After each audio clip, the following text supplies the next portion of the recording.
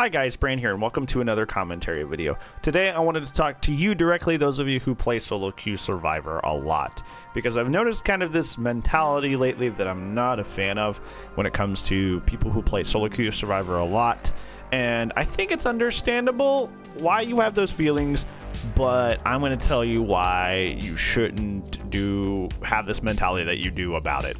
So without further ado, let's go ahead and get started with this. So, let's start first by saying that solo queue Survivor is probably one of the hardest things you could do in this video game. And that's including playing like the weakest killers in the game. Like you're running out here with like Clown, Moogle, Trapper, like you're trying to run those. Solo queue Survivor is still worse. Much worse, because at least in a 4-stack or even a 2-stack, like you have a lot of information of like what your friend's running. If you're in comms, you can communicate directly. Even in a 2-stack, there's a lot you can do. You can coordinate saves, you can give info about what the other teammates are doing. Like even a 2-stack does a lot for you. It's just solo queuing, you have none of that information available to you. You just don't. You don't have any of that information available to you. You have to figure out all on your own. You have no idea who's going for the save when.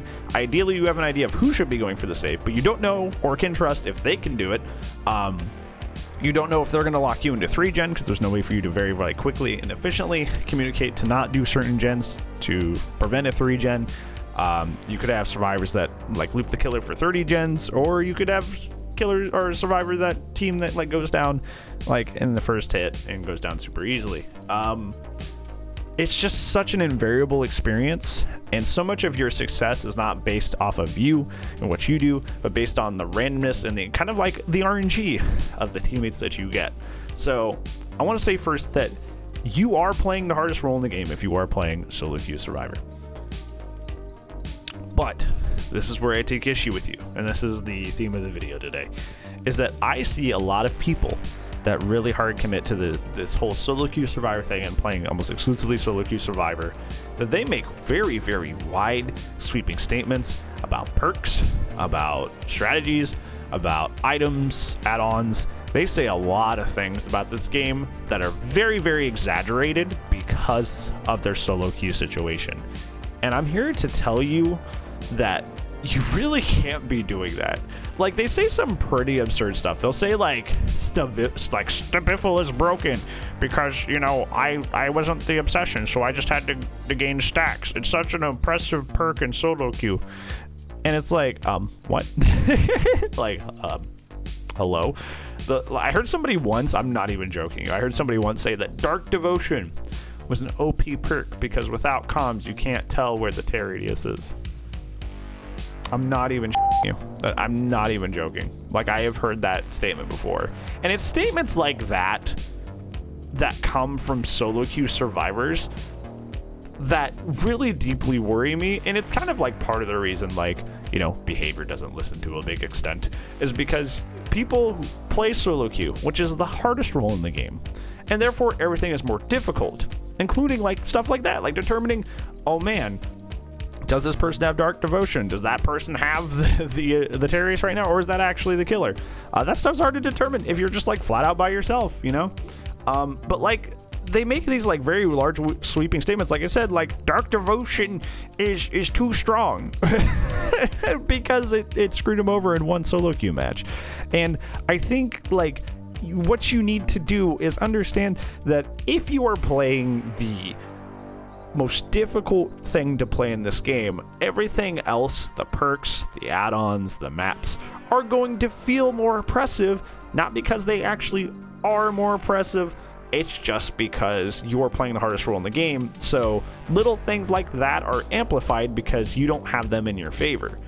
You know, so these things hit harder, even though in reality, if you just had like one more person with you, that thing wouldn't matter nearly as much, if at all, right?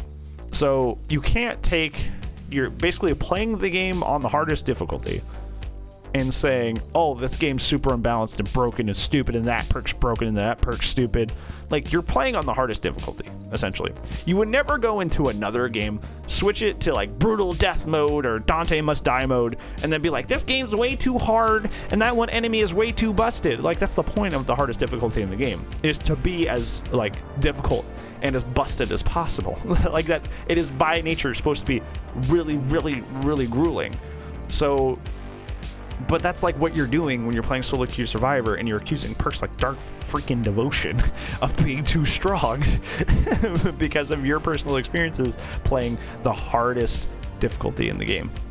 And it's just like, it's just not a good mindset to have. So hopefully this helps kind of like rebalance you, recenter yourself, help you realize, hey, you know, maybe that thing just feels powerful because I'm by myself, and it's not that this thing is actually OP or way too strong.